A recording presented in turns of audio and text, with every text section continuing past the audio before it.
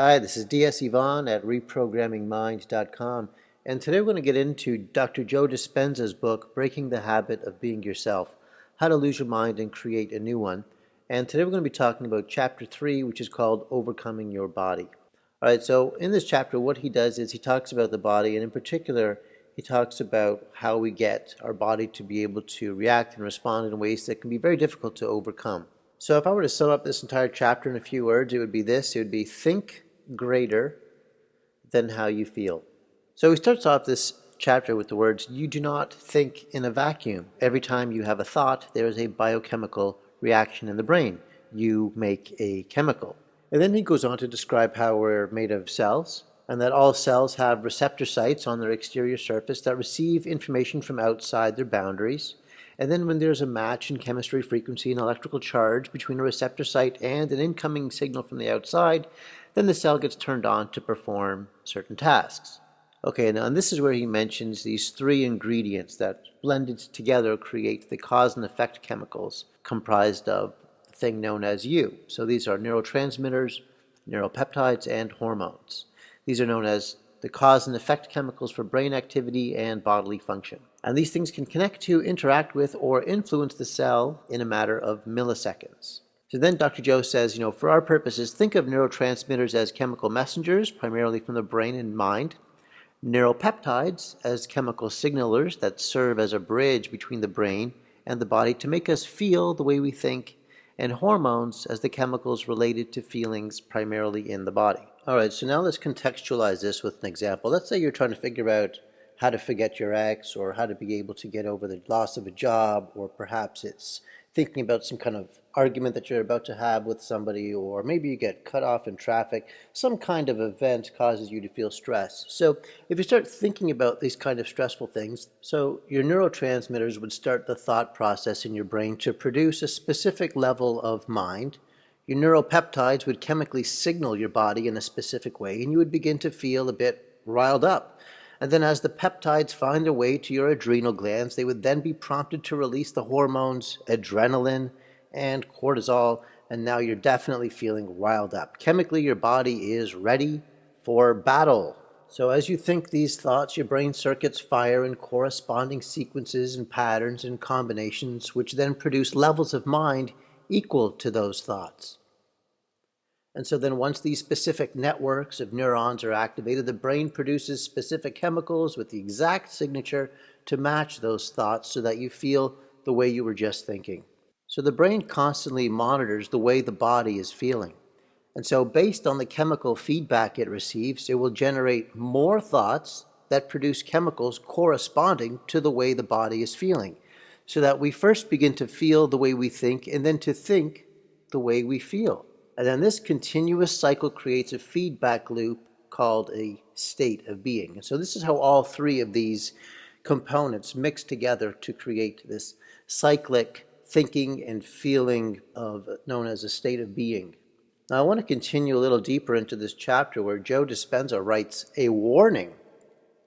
I'm going to read to you what the warning is. He says, when feelings become the means of thinking, or if we cannot think greater than how we feel, we can never change. To change is to think greater than how we feel. To change is to act greater than the familiar feelings of the memorized self. So if you're looking to be breaking the habit of being yourself, then what that's really going to consist of is being able to think greater than the way that you're feeling.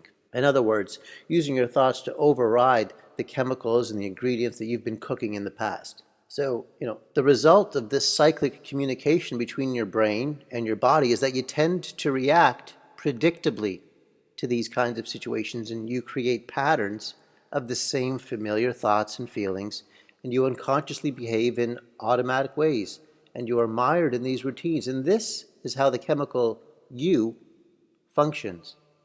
And this is why it's so hard to change. And then Joe Dispenza goes on to say how 95% of who and what we are by midlife is a series of subconscious programs that have become automatic, like driving a car or brushing our teeth or overeating when we're stressed or worrying about the future or blaming our parents or not believing in ourselves or insisting on being chronically unhappy and so on and so forth. Okay, so now let's bring in an example. Let's say that you had a mother or a parent or a guardian and someone that just had felt guilty about something, or that perhaps you had made a mistake in your life and you've been carrying that guilt about it, or anger or sadness or shame. And so every time you think that kind of thought, you're signaling your body to produce the specific chemicals that make up that feeling of guilt or anger or sadness or shame. And because you've done this so often, our cells are swimming in this sea of guilt chemicals. Then these receptor sites on the cells adapt so that they can better take in and process this particular chemical expression, that of guilt or anger, sadness, or shame. And then this enormous amount of guilt bathing the cells begins to feel normal to them. And eventually what the body perceives as normal starts to be interpreted as pleasurable. So what ends up happening is these cells become kind of desensitized to the chemical feeling of guilt, and they will require a stronger, more powerful emotion from you, a higher threshold of stimuli, to turn on the next time. And then when that stronger hit of guilt chemicals gets the body's attention, your cells perk up at the stimulation. And when each cell divides at the end of its life and makes a daughter cell, the receptor sites on the outside of that new cell will require a higher threshold of guilt or anger or sadness or shame or whatever that negative emotion is to turn that cell back on. And so then the body demands a stronger emotional rush of feeling bad in order to feel alive. And so you become addicted to guilt by your own doing. And this is why, if you're looking to be breaking the habit of being yourself, why this is such an important chapter, this idea about being able to overcome your body and the training that it's received along the way. And as Dr. Joe Dispenza says right here, he says, you have become unconsciously guilty most of the time. Your body has become the mind of guilt. So in a sense, it's like training your body to live as a memorized chemical continuity. And so what we're seeking to be doing through the course of understanding what Joe Dispenza is talking about with breaking the habit of being yourself is that their job now is to be interrupting that, denying those cells their chemical needs, right? Going contrary to those subconscious programs. And so as we're trying to be changing your emotional pattern, this is sort of like going through a drug withdrawal or an addiction. Because once these cells are no longer getting that usual signals from the brain about feeling that guilt, they begin to express concern. You know, before your body and the mind, they're working together, feeling all bad, perfectly in that state of being. But now, since you're looking to be changing that, you would no longer be thinking and feeling and feeling and thinking in the same way. Your intention would be to produce more positive thoughts, even though the body is still revved up to produce feelings of guilt based on those guilty thoughts or those programs of the past. You know, because ultimately we're working with a system, and so what you're looking to be doing is to make a slight change in the system. This is where Joe Dispenza says to think of this as a highly specialized assembly line. Right? So your brain has programmed the body to expect one part that will fit into this larger assembly, and then all of a sudden you've sent it another part that doesn't fit into the space where the old guilty program or part once did. All of a sudden you've sent it another part that doesn't fit into the space where the old guilty part once did. And then the way he describes it, he says it's like an alarm goes off and the whole operation comes to a standstill. And he says that the cell starts behaving in these funny ways, like saying, hey, what are you doing up there? You know, we're supposed to be feeling guilty. We've been following your commands and demands for years. We've subconsciously memorized this program of guilt from those repetitive thoughts and feelings. You want us to change? Well, we can't have that. So he's voicing the idea about what the cells would be reacting to or how they'd be responding. And so this is when the cells would be sending an urgent message right up the spinal cord to the surface of the thinking brain. And up in your brain, there's a thing up there called the hypothalamus, which is sending out a signal saying, hey, we've got to make more of this chemical because we're feeling kind of depleted right now. And so the hypothalamus signals the thinking brain to revert back to its old habitual ways. The body wants you to return to your memorized chemical self, so it influences you to think in familiar, routine ways. And so this is why when we're going through changes and being able to put a stop to those old thinking patterns, why we'll say things like, this doesn't feel right. And that's right, because in a sense, we've taught ourselves to feel right about the wrongness of our habitual thinking. So for true change to occur, it is essential to unmemorize an emotion that has become part of your personality, and then to recondition the body to a new mind. And the challenge with trying to make that change is that by itself, conscious positive thinking cannot overcome subconscious negative feeling. And this is where Joe Dispenza talks about how ineffective positive thinking is. He says, I want to be clear that by itself, positive thinking never works. Many so-called positive thinkers have felt negative most of their lives, and now they're trying to think positively. They are in a polarized state in which they are trying to think one way in order to override how they feel inside of them. They consciously think one way, but they are being the opposite. When the mind and body are in opposition, change will never happen. So this is why these memorized feelings limit us to be continually recreating the past.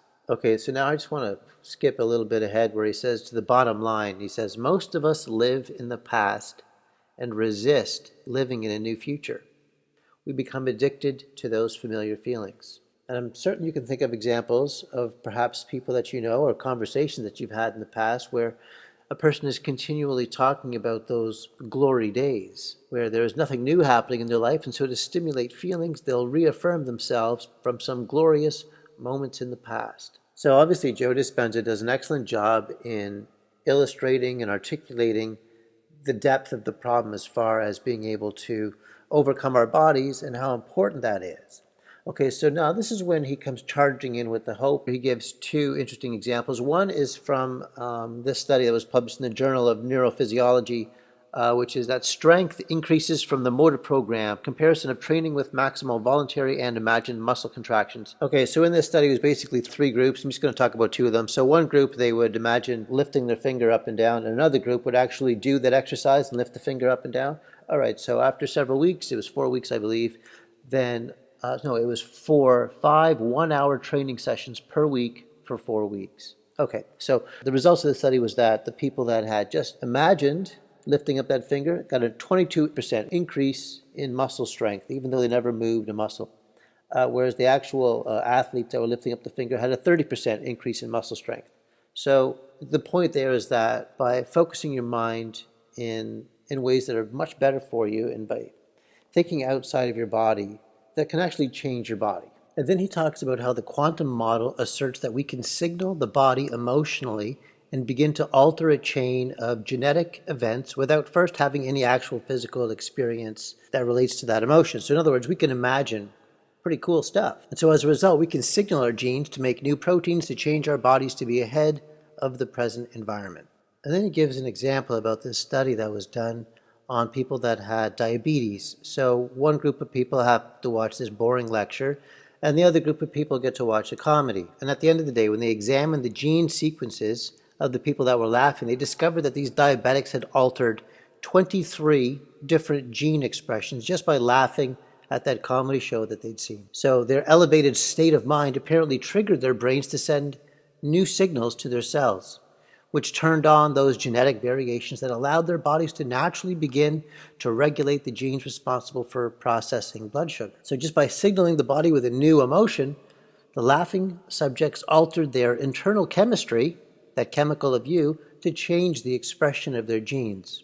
And then he gives an additional example about bicep strength. These are people that were imagining doing bicep curls and people that were really doing it in real life. And again, the people that were able to just imagine doing that physical activity had shown an increase in strength. Okay, so when the body has changed physically and biologically to look like an experience has happened just by thought or mental efforts alone, then from a quantum perspective, this offers evidence that the event has already transpired in our reality. And so the brain begins to upgrade its hardware to look like the experience, like it's physically occurred.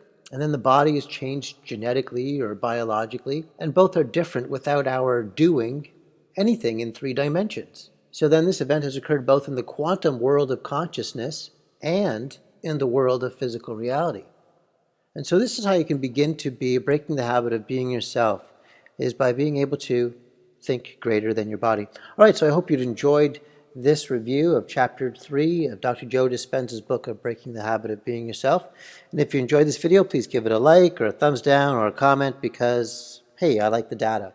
Thank you so much for your time. I look forward to sharing more with you in the future. Bye for now.